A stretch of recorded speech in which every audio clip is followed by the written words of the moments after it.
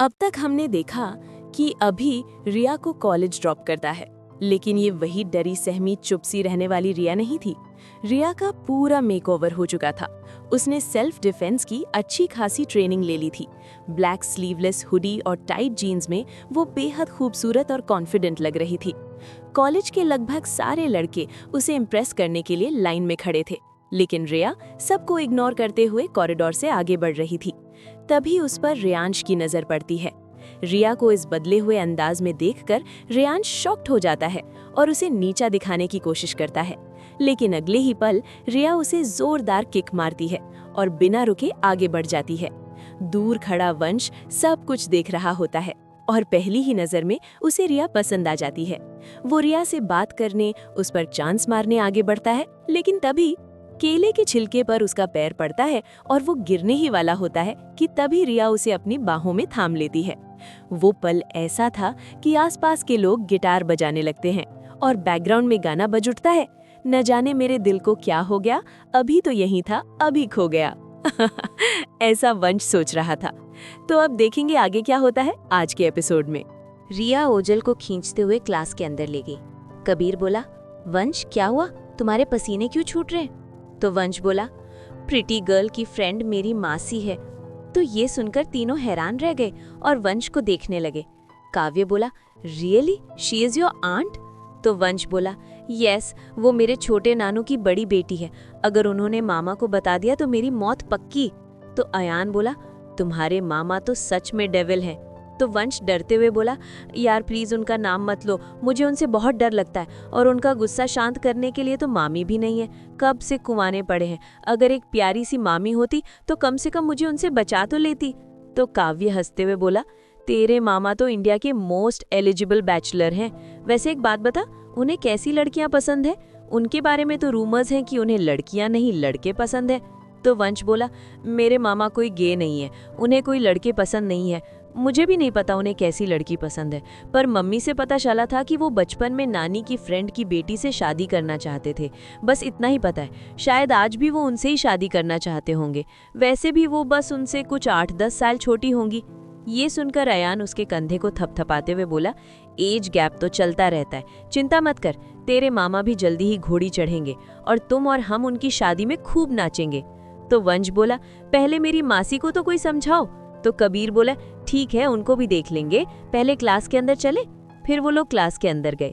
उनकी seat just रिया और ओजल की सीट के पीछे थी। कबीर और अयान वंश और काव्या के पीछे की सीट पर बैठ गए। क्लास में टीचर नहीं आए थे तब तक। रिया ने अपना फोन निकाला और ऑन करके देखने लगी और मन में बोली, भगवान प्लीज सर को पता चलने मत देना कि मैंने उनके मना करने के बाद भी अपने लिए पार्ट टाइम जॉब ढूंढ ली है। दरअसल रिया ने ऋषि से बचकर एक क्लब में बारटेंडर की जॉब ढूंढ ली थी। उस क्लब में वो पहले भी बारटेंडर का काम कर चुकी थी और उसके पास लाइसेंस भी था। पिछली बार रियांश ने बारटेंडर का काम छुड़वा दिया था और उसको कैफे में लगवा दिया था। रिया उस क्लब की सभी इंचार्ज को जानती थी और उनके साथ उसका अच्छा रिलेशन था और उस क्लब का मालिक भी उसकी स्थिति समझता था।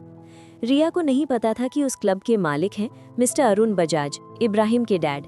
मिस्टर बजाज को भी नहीं पता था रिया अब ऋषि की वाइफ है।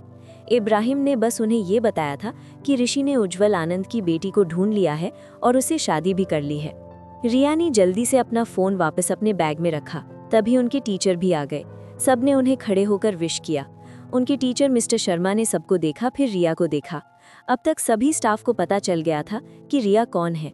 मिस्टर शर्मा मन में बोले, हे भगवान, प्रिंसिपल सर को क्या बताने की जरूरत थी। वैसे भी रिया मिसेस आनंद एक अच्छी स्टूडेंट है। हम सब टीचर उसके साथ अच्छे से ही पेश आते थे। ये बताकर तो उन्होंने अब हमें डरा ही दिया है। मुझे यकीन नहीं हो रहा है कि इतनी फूल सी नाजुक लड़की की किस्मत में इतना पावरफुल डेंजरस रिच पर्सन लिखा था, वो भी ऋषि मल्होत्रा। ये तो बहुत बड़ा शॉकिंग न्यूज़ है। मिस्टर शर्मा अपने ख्यालों से बाहर आए और अपना चश्मा ठीक किया और फिर पढ़ाना स्टार्ट किया। वहीं रियांश अपने दोस्तों के साथ हॉस्पिटल में था। उसके दोस्तों को कोई चोट नहीं आई थी, पर उनका पूरा बॉडी दर्द से टूट रहा था। रिया ने ओरियन के सिखाई स्किल का अच्छे से यूज किया था। बिना कोई चोट पहुंचाए उनकी पूरी हड्डियां तोड़ दी थी।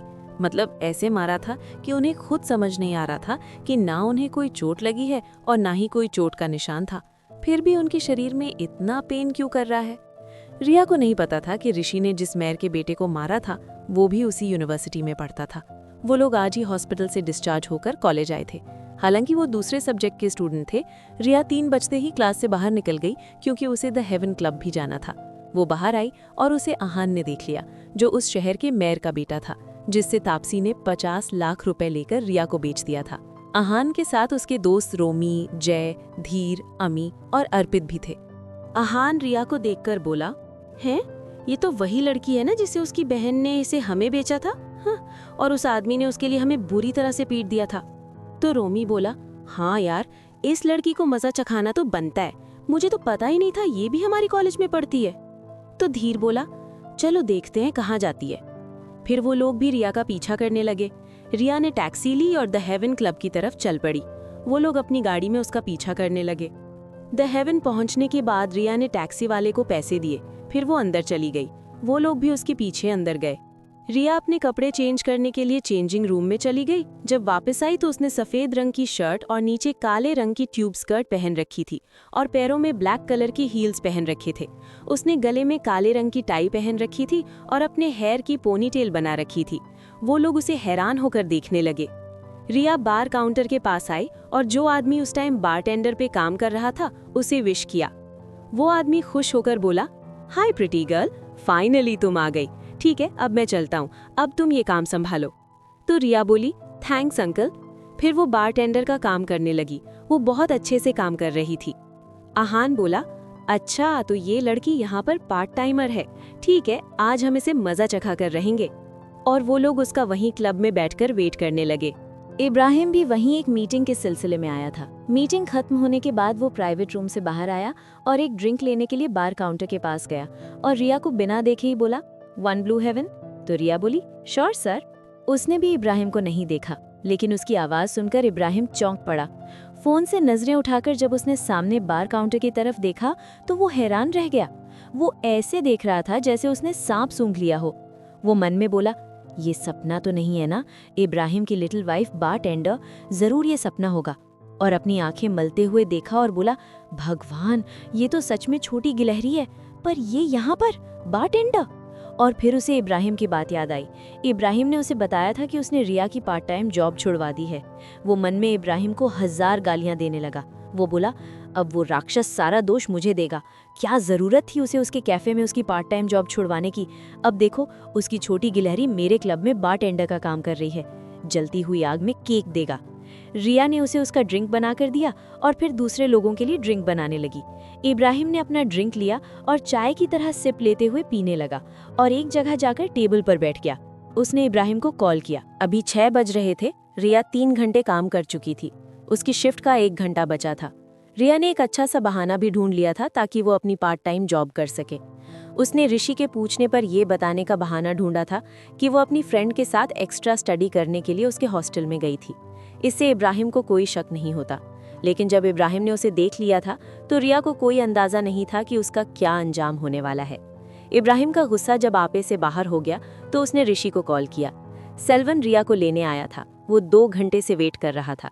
हालांकि उसने गाड़ी दूर पार्क कर रखी थी, पर वो टेंशन से मरे जा रहा था। वो मन में बोला, यंग मैडम कॉलेज से बाहर नहीं निकली हैं, मतलब शायद वो अपनी फ्रेंड के साथ हॉस्टल में होंगी, पर वो मेरा फ़ोन भी क्यों रिसीव नहीं कर रही हैं? क्या वो आज मुझे बिग बॉस के हाथों मरवाना चाहती हैं? इब्राहिम का कॉल जैसे ही ऋषि ने उठाया, इब्राहिम ने उसे गालियां देनी शुरू कर दी।